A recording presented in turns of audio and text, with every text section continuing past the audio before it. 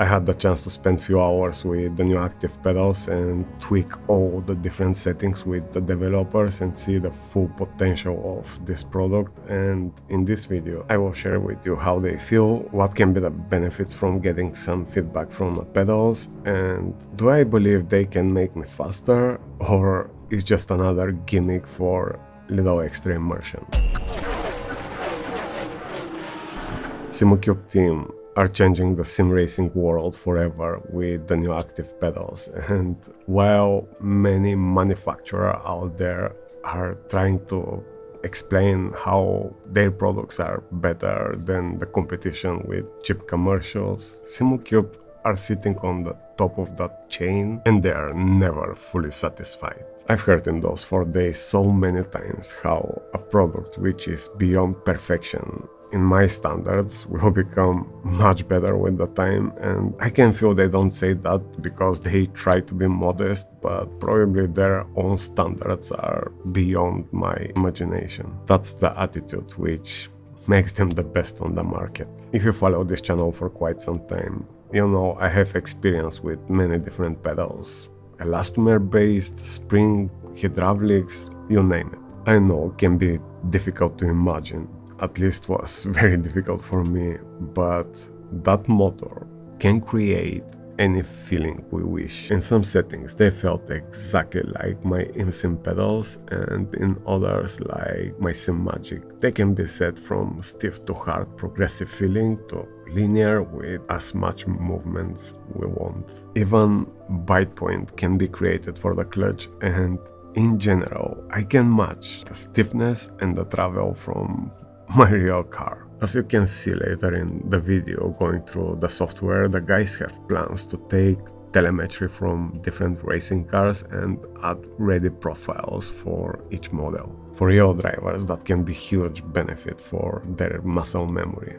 One-to-one, sim and real, no adaptation required. The most frequent question I'm getting, which pedal feels better, is gone, will not exist, as this motor can create and mimic any sim or real pedal ever existed. And that will be achieved with few tweaks with the mouse. No more elastomers and spring replacement, no more tools needed, no more awkward position to reach our pedals, and no more clever engineering will make difference.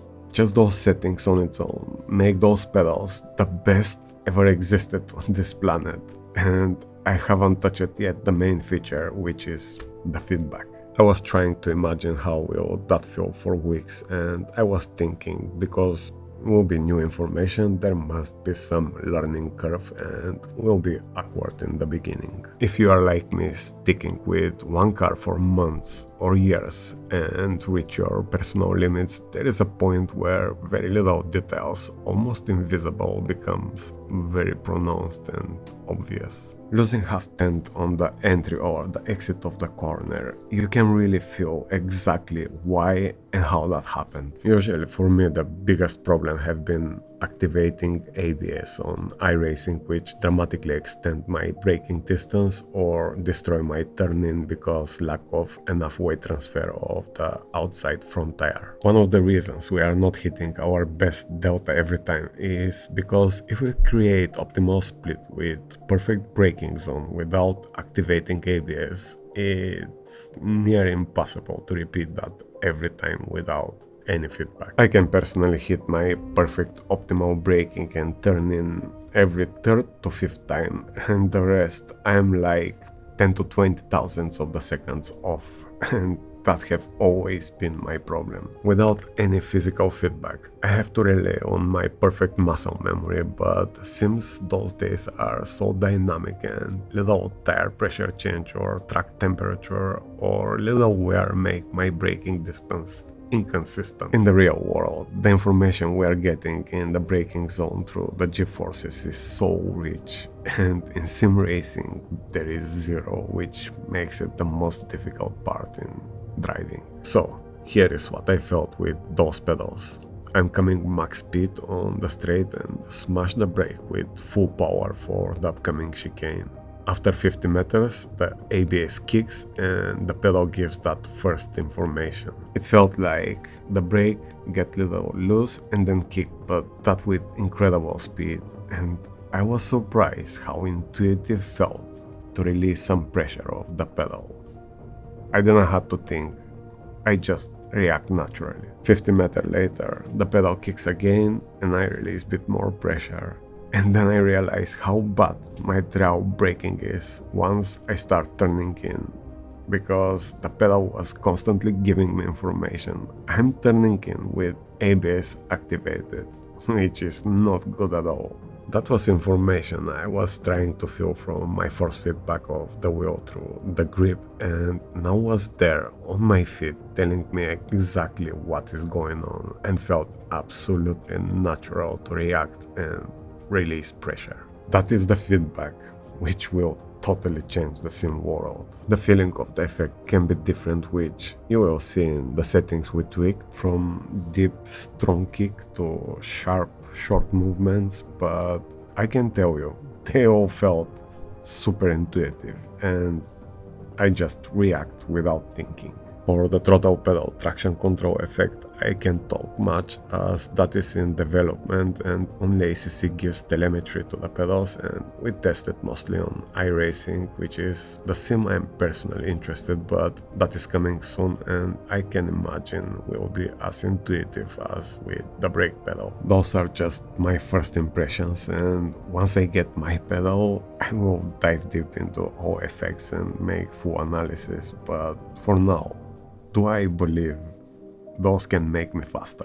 Knowing my limits and weak spots, my logic tells me I can find 10th or 2 in my best lap run, and if that happens, will be huge. Of course, only time will show if that will happen, but knowing my intuition and logic, there is very big chance my times will improve. For consistency, I'm already sure will make huge difference. As I've said, I know my weak spots and this is the feedback I need to improve. Honestly, I'm super excited to see my personal results and I really think I won't be disappointed, but let's be realistic. There will always be drivers with simple equipment who will be insanely fast and very hard to beat.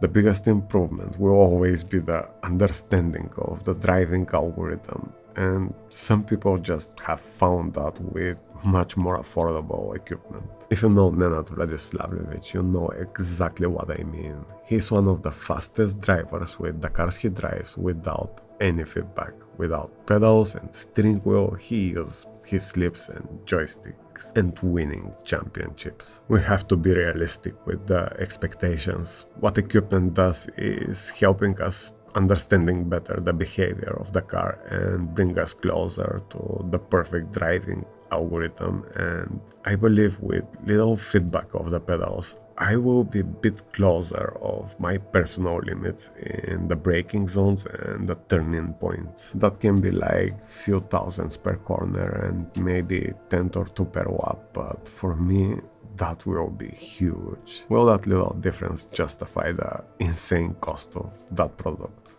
Well, that is very subjective topic. Here is how I personally value things in my life. If something makes me think about it all the time and gives me motivation to work hard, day in, day out, week after week, that thing have incredible value for me. I don't see the cost as a number of the price, but as energy and time I have to spend to reach it. That's why value is so subjective topic, because it's different for most of us. Some people can save 1K for a year, another make it per day. To build my first racing car, it took me 3 years of hard work and crazy saving. But I was motivated to work extra hours every day and sacrifice many things. And even if for everyone around me was stupid investment, for me it worth every second I spent to achieve it. The same thing is happening now with my sim environment. I will work hard and spend a lot of energy, not just for the possibility of gaining few tenths, if that even happened. I will do it because I love sim racing and because the hobby keeps me motivated to spend extra energy and have it as a beautiful part of my life. So, it worth the price? No one can give you that answer but you. Nevertheless, Simucube did the first big step, and that is definitely going to change our sim racing world. If you had the hopes to get completely new tech for the cost of normal high-end pedals, you had very unrealistic expectations. I can't wait to have my first pedal and dive in deep analysis, but for now we'll let you see some explanation from the Simucube team for the possibilities of this insane hardware. So right now we have this active pedal as its own software, but it will be later integrated to the Simucube True Drive. Right now this is the version 0.1, so it looks a little bit rough and there are probably some bugs and so on, but the software will be developed further as we go for the whole next year, and it probably beyond that. When you hook them up to the Simucube link, they pop up here. Then we have profiles that here we have, for example, profile to Formula 1 cars and GT3, GT4 cars, so you can get started very easily. So there are like default settings are spot on, and later on we'll be scanning real life cars, so you can get the real feel for Porsche 911 or whatever and how it feels. And this is like right now the software is done by engineers to engineers, so you know it's not that user friendly yet, but we will improve on that. At this point we have two pedals in this simulator. This is the kind of configure that when you hook it up for the first time, you need to calibrate it. It calibrates the force sensor. If you take it out and put it back, then you should calibrate the force sensor again just to make sure that they're right. Basically, you select that which pedal it is, and then there's some, you can see that changes because you can turn that one part, that top joint upside down, and it changes the travel and the force. So it increases the force and shortens the travel a little bit. So this is like more like optimated for to act as a brake, for example. And then if you change that middle part, if you use, for example, F1 rig, the seating position is lower, then you might want to kind of change the angle as well. So yeah, that's the configuring. Then from this window you can change that what you want, how you want it to act. We have the maximum force, which is the force at that point. So we're talking about the throttle right now. If you press the throttle button, you can see how when you press the pedal, it goes here, and you can change the force live, so you can make it feel like a, like a brake basically, and however light you want. Then, especially for the throttle, there's a lot of opinions at how long the travel should be for throttle. So this is the mover range. It can be very long, so you need to push all the way down, and it feels like there's physical stop, but it's all done with the motor. Well, that's more technical stuff, but you can change that if you use the load sensor or the position input mode for it, but you can use it as it is now. Then the damping, this is what kind of brings the way to, especially for the brake, you can do the hydraulics like more realistic with the damping, because there's a lot of damping in hydraulic system because all the joints and the hoses and so on. So the damping is quite important. This is bi-directional, so you can set it to different when you press it and when it's released, so it feels like different. So for example, if you do like this and you press the throttle, it feels like slower compared if you take it off, so it's more springy basically. Yeah, so that's the kind of idea. Then the motor vibration, this is like a nice addition. It translates the motor RPM to your pedal, so it's more like immersion thing. It doesn't necessarily make you any faster, but you can have it if you want. You can feel the rumble. If you're driving a Formula car, there's a lot of the RPM is very high. You don't want to have that in the pedal. It doesn't feel nice. So with this, you can kind of change that. What is the frequency that you like, and the intensity, we can go very high, and it feels like you can hear it. So yeah, and also you can do it like unlinearity. So if you put it here, you cannot feel it in the low RPM, but you feel it with the high. And then if you put negative value, it's like a different way around. So you can play around with that. So that's more like immersion thing. Then we have ABS, that is obviously for the brake pedal. But right now, with all the settings you can see for both, probably we will filter them out because it doesn't really make sense to have ABS in the throttle. But instead, the traction control, this is something that right now, today, only works with ACC. But this is something that we are probably going to add to iRacing as well. This is something that we need to figure out that if we can do it with iRacing. I mean, we can only use the data that iRacing gives us, so we will see about that. But yeah, this is experimental right now. So this is here just that we can we were playing around a little bit like realism and what is, because this is not obviously the point of the traction control is that when you, for example, when you get in out of the corner, out of the apex, then when you hit gas, the traction control activates, and then the pedal just pushes back a little bit. So at that point you know that you have pressed too much. So that is kind of the idea that we wanted to demonstrate that we can do something that the real cars don't have. So right now experimental, but there's a lot of potential left in the software. The point is that we have as much kind of flexibility as you want, so the hardware design is so versatile, and then you can adjust everything with the software. So then for the brake pedal we have all the same things.